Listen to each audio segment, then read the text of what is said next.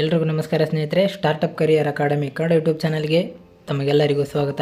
ಸ್ನೇಹಿತರೆ, ನಿನ್ನೆ KEA department ಕಡೆಯಿಂದ ಗ್ರಾಮ ಆಡಳಿತ ಅಧಿಕಾರಿ ಹುದ್ದೆಗಳೇನಿದ್ದಾವೆ HK ಮತ್ತು ನಾನ್ HK ಇವುಗಳಿಗೆ ಸಂಬಂಧಪಟ್ಟಂತೆ ನೋಟಿಫಿಕೇಷನನ್ನು ಮಾಡಿ ಅದಕ್ಕೆ ಸಂಬಂಧಿಸಿದ ಅರ್ಜಿ ಲಿಂಕನ್ನು ಕೂಡ ಈಗ ಬಿಡುಗಡೆ ಮಾಡಲಾಗಿದೆ. ಇದರಲ್ಲಿ ಎಷ್ಟೆಷ್ಟು ಪೋಸ್ಟ್ಗಳು ಖಾಲಿ ಇದ್ದಾವೆ, ಯಾವ್ಯಾವ ಡಿಸ್ಟಿಕಲ್ಲಿ ಎಷ್ಟು ಪೋಸ್ಟ್ಗಳು ಖಾಲಿ ಇದ್ದಾವೆ, ಹಾಗೆ ಇದಕ್ಕೆ ಇರತಕ್ಕಂಥ ಸಿಲೆಬಸ್ ಏನು, ಅರ್ಜಿಯ ಪ್ರಾರಂಭ ದಿನಾಂಕ ಏನು, ಇದಕ್ಕಿರ್ತಕ್ಕಂಥ ಅಪ್ಲಿಕೇಶನ್ ಫೀಸ್ ಎಷ್ಟು, ಇದಕ್ಕೆ ಇರುವಂತಹ ಎಕ್ಸಾಮ್ ಸಿಲೆಬಸ್ ಏನು ಅನ್ನೋದರ ಸಂಪೂರ್ಣ ಮಾಹಿತಿಯನ್ನು ಈ ಒಂದು ವಿಡಿಯೋದಲ್ಲಿ ತಿಳಿದುಕೊಳ್ಳೋಣ. ಅದಕ್ಕಿಂತ ಮುಂಚೆ ನೀವೇನು ನಮ್ಮ ಚಾನಲನ್ನು ಸಬ್ಸ್ಕ್ರೈಬ್ ಮಾಡ್ಕೊಳ್ಳಿದ್ದು ನೋಡ್ತಾ ಇದ್ದರೆ ದಯವಿಟ್ಟು ಸಬ್ಸ್ಕ್ರೈಬ್ ಮಾಡ್ಕೊಳ್ಳಿ. ಹಾಗೆ ಪಕ್ಕದಲ್ಲೇ ಇರುವಂತಹ ಬೆಲ್ ಐಕನನ್ನು ಕ್ಲಿಕ್ ಮಾಡಿ ಆಲ್ ನೋಟಿಫಿಕೇಷನನ್ನು ಆನ್ ಮಾಡ್ಕೊಳ್ಳಿ. ಇದರಿಂದ ನಾವು ಮಾಡುವಂತಹ ಹೊಸ ವಿಡಿಯೋಗಳು ನಿಮಗೆ ನೋಟಿಫಿಕೇಷನ್ ಮೂಲಕ ಬರ್ತವೆ. ನೋಡಿ, ನಿನ್ನೆ ರಾತ್ರಿ ಈ ಒಂದು ವೆಬ್ಸೈಟಲ್ಲಿ ಇದರ ಬಗ್ಗೆ ಗ್ರಾಮ ಆಡಳಿತ ಅಧಿಕಾರಿ ಹುದ್ದೆಗಳ ನೇಮಕಾತಿಗಳ ಬಗ್ಗೆ ಒಂದು ನೋಟಿಸನ್ನು ಬಿಡಲಾಗಿತ್ತು. ಆದರೆ ಈಗ ಅದಕ್ಕೆ ಸಂಬಂಧಿಸಿದಂತೆ ಅರ್ಜಿ ಲಿಂಕನ್ನು ಕೂಡ ಓಪನ್ ಮಾಡಲಾಗಿದೆ. ಇದರಲ್ಲಿ 10/7/2026 ಈ ಒಂದು ನೋಟಿಫಿಕೇಷನನ್ನು ಬಿಡಲಾಗಿದೆ. ಈ ಅಧಿಸೂಚನೆಯನ್ನು ನೋಡೋದಾದರೆ ಅಧಿಸೂಚನೆ ಇದೆ: ಕರ್ನಾಟಕ ಸರ್ಕಾರದ ಕಂದಾಯ ಇಲಾಖೆಯ ವಿವಿಧ ಜಿಲ್ಲೆಗಳಲ್ಲಿನ ಉಳಿಕೆ ಮೂಲ ವೃಂದದಲ್ಲಿ ಖಾಲಿ ಇರುವ ಗ್ರೂಪ್ ಸಿ ವೃಂದದ ಗ್ರಾಮ ಆಡಳಿತ ಅಧಿಕಾರಿ ನೇರ ನೇಮಕಾತಿ ಹುದ್ದೆಗಳನ್ನು ಸ್ಪರ್ಧಾತ್ಮಕ ಪರೀಕ್ಷೆ ಮೂಲಕ ಅರ್ಹ ಅಭ್ಯರ್ಥಿಗಳಿಂದ ಭರ್ತಿ ಮಾಡಲು ಕರ್ನಾಟಕ ಪರೀಕ್ಷಾ ಪ್ರಾಧಿಕಾರವು ಆನ್ಲೈನ್ ಮೂಲಕ ಅರ್ಜಿಗಳನ್ನು ಆಹ್ವಾನಿಸಿದೆ. ನಮ್ಮ ರಾಜ್ಯದಲ್ಲಿರುವಂತಹ ಒಟ್ಟು ಗ್ರಾಮ ಆಡಳಿತ ಅಧಿಕಾರಿ ಹುದ್ದೆಗಳಿಗೆ ಒಂದು ಕಾಲ್ ಫಾರ್ಮ್ ಅನ್ನು ಮಾಡಲಾಗಿದೆ.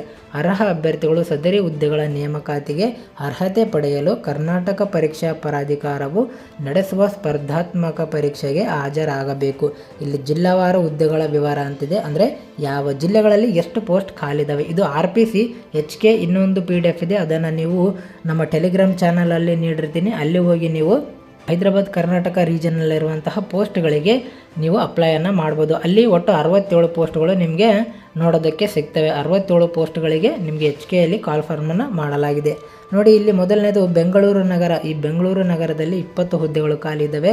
ಬೆಂಗಳೂರು ಗ್ರಾಮಾಂತರದಲ್ಲಿ 29 ಹುದ್ದೆಗಳು ಖಾಲಿ ಇದ್ದಾವೆ.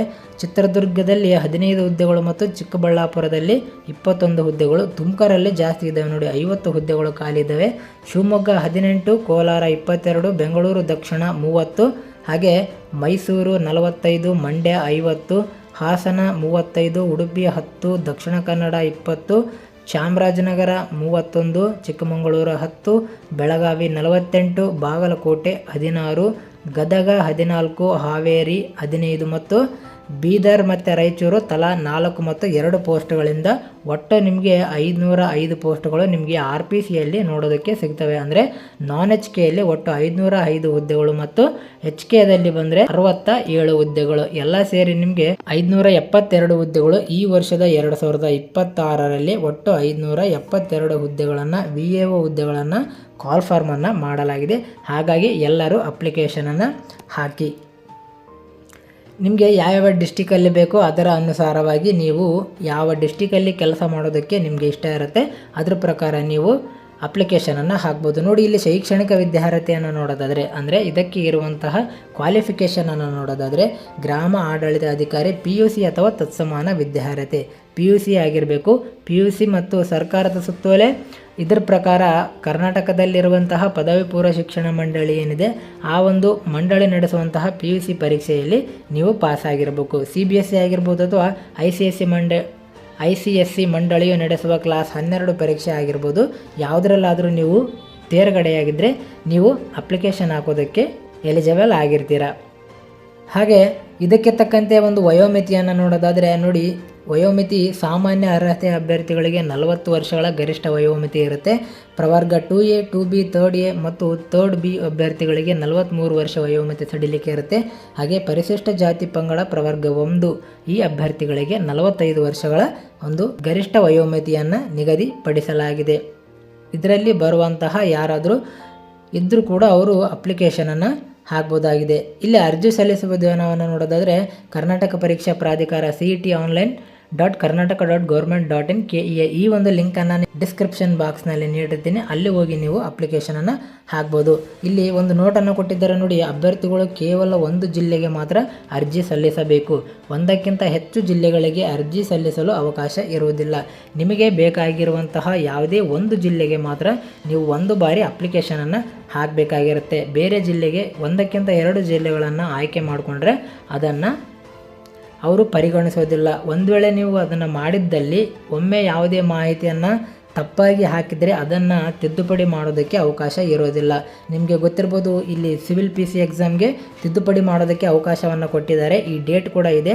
ಅದರಂತೆ ಈ VAO ಎಕ್ಸಾಮ್ಗಳಿಗೆ ಯಾವುದೇ ಅವಕಾಶ ಇರೋದಿಲ್ಲ. ನಿಮಗೆ ಒಂದೇ ಬಾರಿ ಅಪ್ಲಿಕೇಶನನ್ನು ಕರೆಕ್ಟಾಗಿ ಹಾಕಬೇಕಾಗಿರುತ್ತೆ. ಹಾಗಾಗಿ ಆ ಒಂದು ಸೂಚನೆಗಳು ಏನಿದ್ದಾವೆ ಈ ಒಂದು PDF ಅನ್ನು ಕರೆಕ್ಟಾಗಿ ಓದಿಕೊಂಡು ಅಪ್ಲಿಕೇಶನನ್ನು ಹಾಕಿ ಅಂತ ಇಲ್ಲಿ ಕ್ಲಿಯರಾಗಿ ಮೆನ್ಷನನ್ನು ಮಾಡಲಾಗಿದೆ.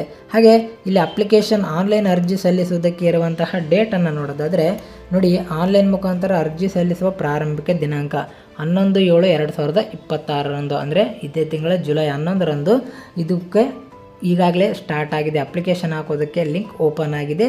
ಇದು ಆನ್ಲೈನ್ ಮುಖಾಂತರ ಅರ್ಜಿ ಸಲ್ಲಿಸಲು ಕೊನೆಯ ದಿನಾಂಕ 30/7/2026. ಈ ತಿಂಗಳ ಪೂರ್ತಿ ನಿಮಗೆ 20 ದಿನಗಳ ಕಾಲ ನಿಮಗೆ ಒಂದು ಕಾಲಾವಕಾಶವನ್ನು ನೀಡಲಾಗಿದೆ. ಇಷ್ಟರೊಳಗಡೆ ನೀವು ಈ VAO ಎಕ್ಸಾಮ್ಗೆ ಅಪ್ಲಿಕೇಶನನ್ನು ಹಾಕ್ಬೋದು. ಶುಲ್ಕ ಪಾವತಿ ಮಾಡಲು ಇರುವಂತಹ ಕೊನೆಯ ದಿನಾಂಕ 31/7/2026.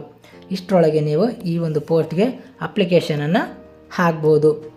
ಹಾಗೆ ಈ ಒಂದು ಅಪ್ಲಿಕೇಶನ್ ಫೀಸನ್ನು ನೋಡೋದಾದರೆ ಈ ಒಂದು VAO ಅಪ್ಲಿಕೇಶನ್ಗೆ ಇರುವಂತಹ ಫೀಸ್ ನೋಡಿ, ಸಾಮಾನ್ಯ ಅರ್ಹತೆ ಮತ್ತು ಇತರೆ ಪ್ರವರ್ಗಗಳು 2A ಆಗಿರ್ಬೋದು, 2B, 3A, 3B ಈ ಅಭ್ಯರ್ಥಿಗಳಿಗೆ 750 ರೂಪಾಯಿ ಶುಲ್ಕವನ್ನು ನಿಗದಿಪಡಿಸಲಾಗಿದೆ. ಹಾಗೆ ಪರಿಶಿಷ್ಟ ಜಾತಿ, ಪರಿಶಿಷ್ಟ ಪಂಗಡ, ಪ್ರವರ್ಗ 1, ಮಾಜಿ ಸೈನಿಕ ಮತ್ತು ತೃತೀಯ ಲಿಂಗದ ಅಭ್ಯರ್ಥಿಗಳಿಗೆ ಒಟ್ಟು 500 ರೂಪಾಯಿಗಳನ್ನು ನಿಗದಿಪಡಿಸಲಾಗಿದೆ. ಮತ್ತು ವಿಕಲಚೇತನ ಅಭ್ಯರ್ಥಿಗಳು, ಹ್ಯಾಂಡಿಕ್ಯಾಪ್ಟೆಡ್ ಪರ್ಸನ್ಸ್ ಯಾರಿರ್ತಾರೆ ಅವರಿಗೆ 250 ರೂಪಾಯಿ ಫೀಸನ್ನು ನಿಗದಿಪಡಿಸಲಾಗಿದೆ. 750, 500, 250 ಈ VAO ಮತ್ತು ಪೊಲೀಸ್ ಡಿಪಾರ್ಟ್ಮೆಂಟ್ಗೆ ಯಾವುದೇ ವ್ಯತ್ಯಾಸ ಇಲ್ಲ. ಎಲ್ಲದಕ್ಕೂ ಒಂದೇ ರೀತಿಯಾಗಿರ್ತಕ್ಕಂಥ ಅಮೌಂಟನ್ನು ಫಿಕ್ಸ್ ಮಾಡಲಾಗಿದೆ. ಒಂದು ಬಾರಿ ಈ ಒಂದು ಅಪ್ಲಿಕೇಶನ್ ಫೀಸನ್ನು ಕಟ್ಟಿದರೆ ನಿಮಗೆ ಇದನ್ನು ವಾಪಸ್ ಹಿಂತಿರುಗಿಸೋದಿಲ್ಲ. ಹಾಗಾಗಿ ನೀವು ಒಂದು ಅಪ್ಲಿಕೇಶನನ್ನು ಹಾಕಬೇಕಾದ್ರೆ ಅದಕ್ಕೆ ಇರುವಂತಹ ಏನೇನಿದ್ದಾವೆ ರೂಲ್ಸ್ ಏನೇನಿದ್ದಾವೆ ಎಲ್ಲವುಗಳನ್ನು ಕ್ಲಿಯರಾಗಿ ಓದಿಕೊಂಡು ಆ ನಂತರ ಅಪ್ಲೈಯನ್ನು ಮಾಡಿ. ಯಾಕಂದರೆ ಯಾವುದೇ ಎಡಿಟ್ ಆಪ್ಷನ್ ಇರೋದಿಲ್ಲ, ಫಂಡ್ ಕೂಡ ರೀಫಂಡ್ ಆಗೋದಿಲ್ಲ. ನೋಡಿ, ಇದಕ್ಕೆ ಇರುವಂತಹ ಪರೀಕ್ಷೆ ದಿನಾಂಕವನ್ನು ನೋಡೋದಾದರೆ ಕನ್ನಡ ಭಾಷಾ ಪರೀಕ್ಷೆ ಪತ್ರಿಕೆ 1 ಮತ್ತು ಪತ್ರಿಕೆ 2 ಅಂತಿದೆ. ಪರೀಕ್ಷೆ ದಿನಾಂಕವನ್ನು ನಂತರ ತಿಳಿಸಲಾಗುವುದು. ದಿನಾಂಕ 4/10/2026 ಬೆಳಗ್ಗೆ 10:30ರಿಂದ 12:36 ಒಂದು ಪೇಪರ್ 1 ಇರುತ್ತೆ. ಹಾಗೆ 4/10/2026 ಮಧ್ಯಾಹ್ನ 2:00ರಿಂದ 4:00 ನಿಮಗೆ ಪೇಪರ್ 2 ನಿಮಗೆ ನಿಗದಿಪಡಿಸಲಾಗಿದೆ. ಇನ್ನು ಇದಕ್ಕಿರುವಂತಹ ಕ್ವಶನ್ ಪೇಪರ್ ಪ್ಯಾಟರ್ನ್ ಹೇಗಿರುತ್ತೆ ಅಂತ ನೋಡೋದಾದರೆ ನಿಮಗೆ ಪ್ರಶ್ನೆ ಪತ್ರಿಕೆ 1ರಲ್ಲಿ ಪೇಪರ್ 1 ಮತ್ತು ಪೇಪರ್ 2 ಇರುತ್ತೆ. ಪ್ರಶ್ನೆ ಪತ್ರಿಕೆ 1ರಲ್ಲಿ ನಿಮಗೆ ಸಾಮಾನ್ಯ ಜ್ಞಾನ ಇರುತ್ತೆ. ಇದರ ಪ್ರಚಲಿತ ಘಟನೆಗಳಿಗೆ ಸಂಬಂಧಿಸಿದ ವಿಷಯಗಳು, ದೈನಂದಿನ ಗ್ರಹಿಕೆಯ ವಿಷಯಗಳು, ಹಾಗೆ ಭಾರತದ ಸಂವಿಧಾನ ಇರುತ್ತೆ. ಕರ್ನಾಟಕಕ್ಕೆ ಸಂಬಂಧಿಸಿದ ಭಾರತ ಇತಿಹಾಸ ಇರುತ್ತೆ. ಕರ್ನಾಟಕಕ್ಕೆ ಸಂಬಂಧಿಸಿದ ಭಾರತದ ಭೂಗೋಳಶಾಸ್ತ್ರ ಇರುತ್ತೆ. ಹಾಗೆ ಗ್ರಾಮ ಆಡಳಿತಾಧಿಕಾರಿ ಮತ್ತು ರಾಜ್ಯ ಮತ್ತು ಪ್ರಾದೇಶಿಕ ಆಡಳಿತ ಏನಿದೆ ಅದಕ್ಕೆ ಸಂಬಂಧಪಟ್ಟಂತೆ ಆ ಒಂದು ಟಾಪಿಕನ್ನು ಇಲ್ಲಿ ಕ್ಲಿಯರಾಗಿ ಮೆನ್ಷನ್ ಮಾಡಲಾಗಿದೆ. ಗ್ರಾಮೀಣಾಭಿವೃದ್ಧಿ ಮತ್ತು ಪಂಚಾಯತ್ ರಾಜ್ ಸಂಸ್ಥೆಗಳಿಗೆ ಸಂಬಂಧಿಸಿದಂತೆ, ಗ್ರಾಮೀಣ ಸಹಕಾರ ಸಂಸ್ಥೆಗಳಿಗೆ ಸಂಬಂಧಿಸಿದಂತೆ ಇವುಗಳನ್ನು ಇನ್ಕ್ಲೂಡ್ ಮಾಡಿಕೊಂಡು ನಿಮಗೆ ಕ್ವಶನ್ ಪೇಪರನ್ನು ತೆಗೆಯಲಾಗುತ್ತೆ. ಇದಕ್ಕೆ ಸಂಬಂಧಪಟ್ಟಂತೆ ಆ ಒಂದು ಪ್ಯಾಟರ್ನ್ ಹೇಗಿರುತ್ತೆ ಅನ್ನೋದನ್ನು ನಿಮಗೆ ಸಪ್ರೇಟಾಗಿ ವಿಡಿಯೋವನ್ನು ಮಾಡಿ ತಿಳಿಸ್ಬೇಕು ಅಂತಂದರೆ ಕೆಳಗಡೆ ಕಮೆಂಟ್ ಮಾಡಿ.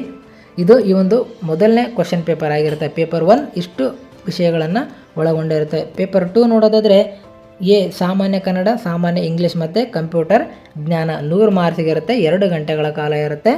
ಇದು 35 ಮಾರ್ಕ್ಸ್ಗೆ ಕನ್ನಡ ಇರುತ್ತೆ, 35 ಮಾರ್ಕ್ಸ್ಗೆ ಇಂಗ್ಲೀಷ್ ಇರುತ್ತೆ ಮತ್ತು 30 ಮಾರ್ಕ್ಸ್ಗೆ ನಿಮಗೆ ಕಂಪ್ಯೂಟರ್ ಜ್ಞಾನವನ್ನು ಪ್ರಶ್ನೆ ಪತ್ರಿಕೆ 2ರಲ್ಲಿ ನೀಡಿ ಇದನ್ನು ನಿಮಗೆ ಪೇಪರ್ 2 ಆಗಿ ನೀಡಲಾಗಿರುತ್ತೆ. ಇದಿಷ್ಟು ಸ್ನೇಹಿತರೆ. ಇದಕ್ಕೆ ನೆಗೆಟಿವ್ ಮಾರ್ಕ್ಸ್ ಕೂಡ ಇರುತ್ತೆ. ಅಂದರೆ ಒಂದು ತಪ್ಪಾದರೆ ನಿಮಗೆ 0.25 ನೆಗೆಟಿವ್ ಮಾರ್ಕ್ಸ್ ಕೂಡ ಇರುತ್ತೆ. 4 ಪ್ರಶ್ನೆಗಳು ತಪ್ಪಾದರೆ ನಿಮಗೆ 1 ಮಾರ್ಕ್ಸನ್ನು ಕಡಿತಗೊಳಿಸಲಾಗುತ್ತೆ. ಹಾಗಾಗಿ ಪೇಪರನ್ನು ಅತಿ ಸೂಕ್ಷ್ಮವಾಗಿ ಹ್ಯಾಂಡಲ್ ಮಾಡಬೇಕು. ಗೊತ್ತಿದ್ದರೆ ಮಾತ್ರ ಆನ್ಸರನ್ನು ಹಾಕಬೇಕು, ಇಲ್ಲ ಅಂದರೆ ಅವುಗಳನ್ನು ಬಿಡಬೇಕು. ಹಾಗಾಗಿ ತುಂಬಾ ನೀಟಾಗಿ ಓದ್ಕೊಳ್ಳಿ. ಎಷ್ಟು ಸ್ನೇಹಿತರೆ, VAO ವಿಲೇಜ್ ಅಕೌಂಟೆಂಟ್ ಎಕ್ಸಾಮ್ಗೆ ಸಂಬಂಧಪಟ್ಟಂತೆ ಆ ಒಂದು ಅರ್ಜಿಗೆ ಸಲ್ಲಿಸೋದಕ್ಕೆ ಇರುವಂತಹ ಮಾಹಿತಿ. ಇದರಲ್ಲಿ ಏನಾದರೂ ಡೌಟ್ಸ್ ಇದ್ದರೆ ಕೆಳಗಡೆ ಕಮೆಂಟ್ ಮಾಡಿ ಮತ್ತು ಈ ಒಂದು ವಿಡಿಯೋದ ಲಿಂಕನ್ನು ನಿಮ್ಮ ಎಲ್ಲ ಸ್ನೇಹಿತರಿಗೂ ಶೇರ್ ಮಾಡಿ. ಹಾಗೆ ನಮ್ಮ ಚಾನಲನ್ನು ಸಬ್ಸ್ಕ್ರೈಬ್ ಮಾಡ್ಕೊಳ್ಳೋದನ್ನು ಮರಿಬೇಡಿ ಅಂತ ಹೇಳ್ತಾ ಮತ್ತೆ ಮುಂದಿನ ವಿಡಿಯೋದಲ್ಲಿ ಸಿಗ್ತೀನಿ ಸ್ನೇಹಿತರೆ. ಅಲ್ಲಿವರೆಗೂ ಎಲ್ಲರಿಗೂ ಧನ್ಯವಾದಗಳು.